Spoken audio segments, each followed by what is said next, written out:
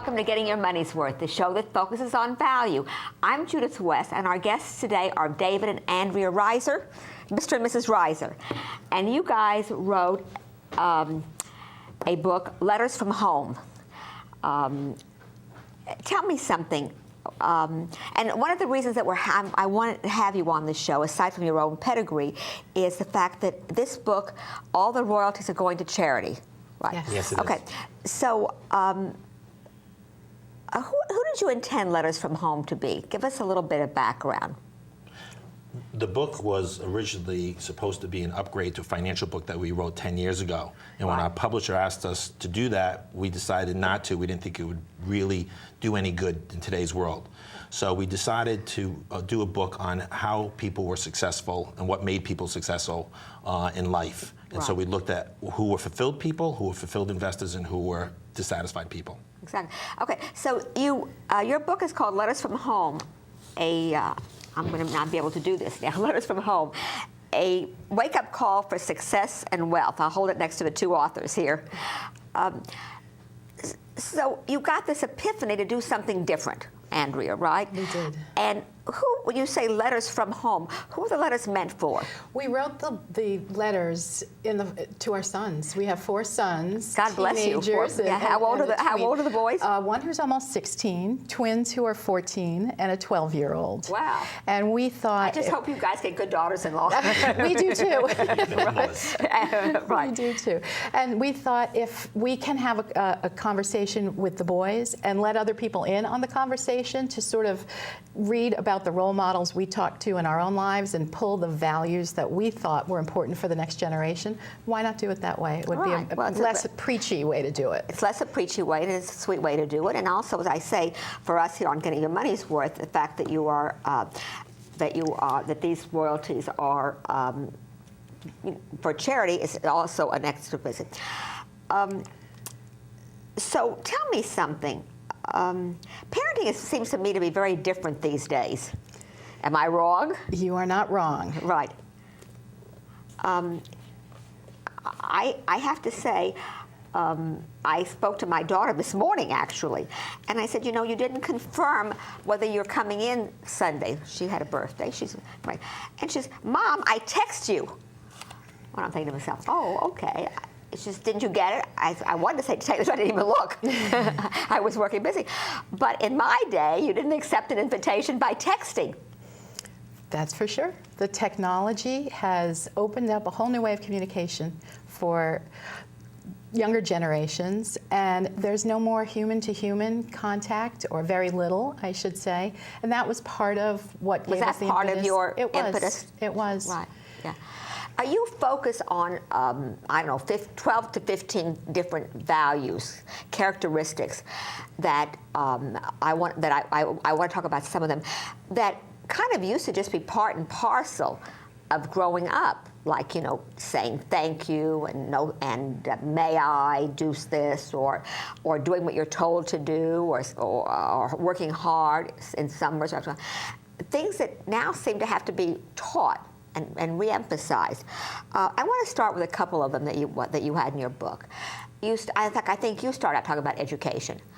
How do you go about talking about education to your own kids?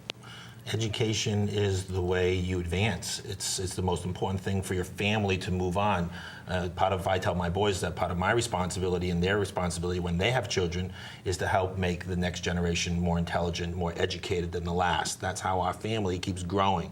And kids today, especially, one of our pet projects is for inner cities kids. Right. Matter of fact, we're going out to Detroit to the Cornerstone schools in the next 2 weeks and donating a couple of hundred books to them, and showing them that education is their way out of poverty. Education is the way they advance as human beings. Education is the way they become good citizens. You know, a couple of weeks ago in the New York Times, Thomas Friedman had a column, and he said one of the big things that's changed in America today is 35 years ago, a high school dropout could still have a middle-class lifestyle. They could work in the auto industry or go to a steel mill or, you know, work in the mailroom of a large company and still have some advancement. Well, that was a dropout.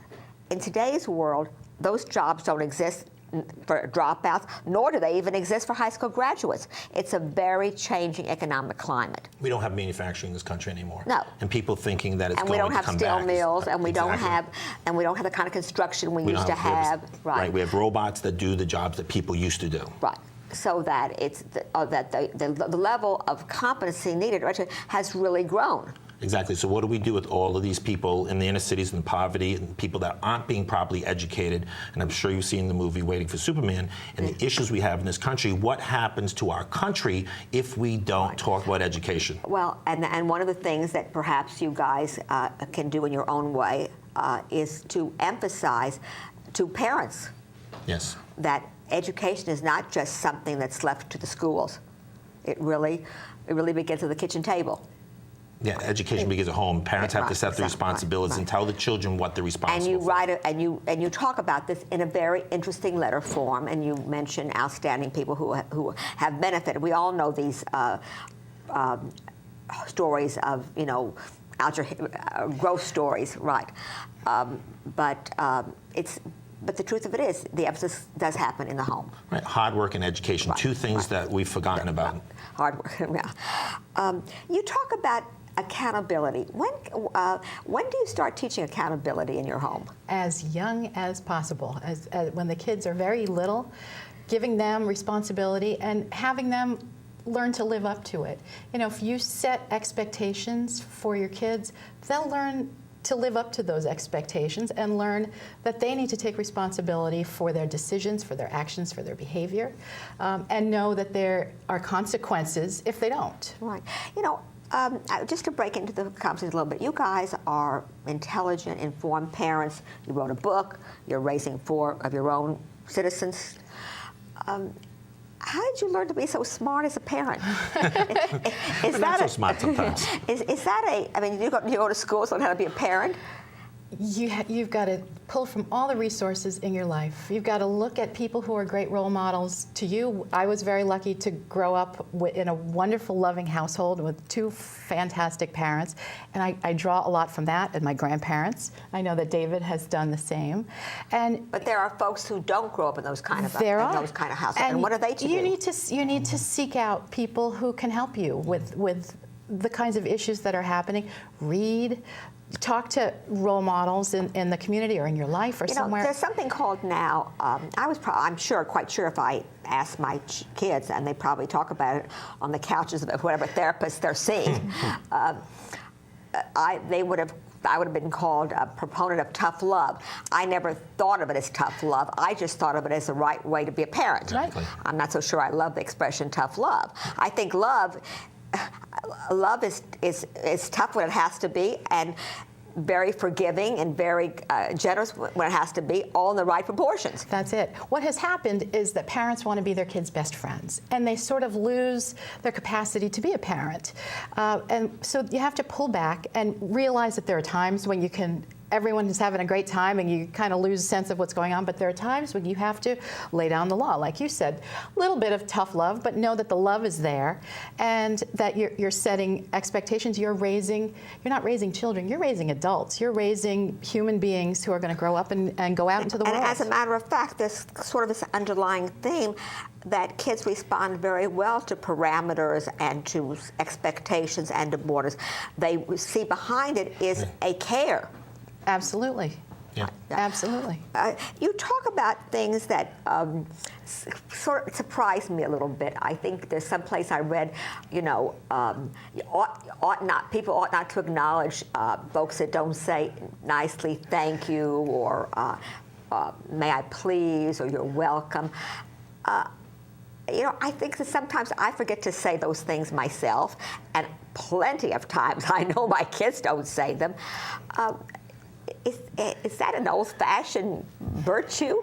It's respect. David? It's respect. It's also helping the people realize that there's something bigger and more important than just you, just yourself. So if you respect the person you're with or you respect the person that's helping you do something, say thank you, say please. It puts your existence not as a sole entity in itself, but you have to look at you're part of a community, a part of a neighborhood, a part of a country. And if we just keep this me attitude, the country's in big trouble. So saying please and thank you helps you appreciate everything else. I recently had a little accident, and I've been using taxi cabs for about the past 10 weeks.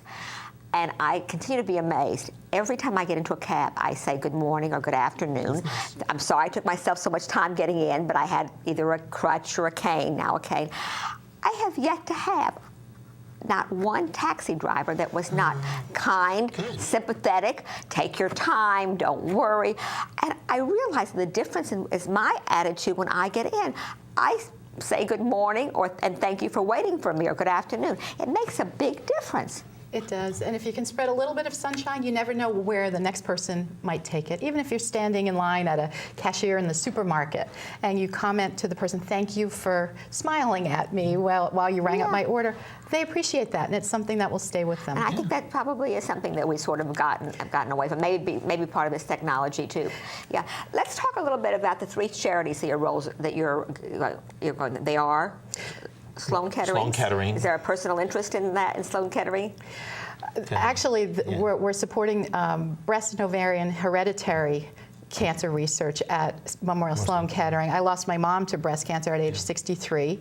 Right. And my sister and I both have the breast cancer gene, so we're very interested in supporting that. And FORCE is another organization. What is FORCE? It's Facing Our Risk of Cancer Empowered, and they do a lot of work with Sloan Kettering as well. And then you have something you're doing. Third one is Share Our Strength, which is... What is Share Our Strength? It's an organization that's trying to end child hunger in America. Well, okay. Letters from home, and what makes you now go out to these schools in Detroit? Are you going to Detroit? Well, I'm going to Detroit. I actually went to the SUNY Maritime Academy and donated 100 books to the football team. Right. You might have seen on TV on those kids. But what we're trying to do is go to schools where children want to learn and show them that if they use these 15 virtues, they will be successful in life. Well, I'm going to give you somebody. We had someone on our show, Nicholas Higgins, who runs the Correctional Library Services for New York Public Library. And he started a program with incarcerated dads reading to their children and recording them. And for the first time, people who never used the public library, that were inmates at Rikers Island, are standing in line requesting books. I'm going to give you his name and ask you guys to just contact each other. Fabulous, thank you. Thank you for being on the show. Letters from Home. I read it, and I'm going to tell you, I'm online for the next 2 books. I'm going to send them to my kids. Thanks for watching. I'm Judith West, and David and Andrea Reiser. I have a blind spot. Authors and for Letters from Home, and parents. They come with OJ. This book comes with OJT, on-job training, and parents of 4 teenage boys. Thanks for watching.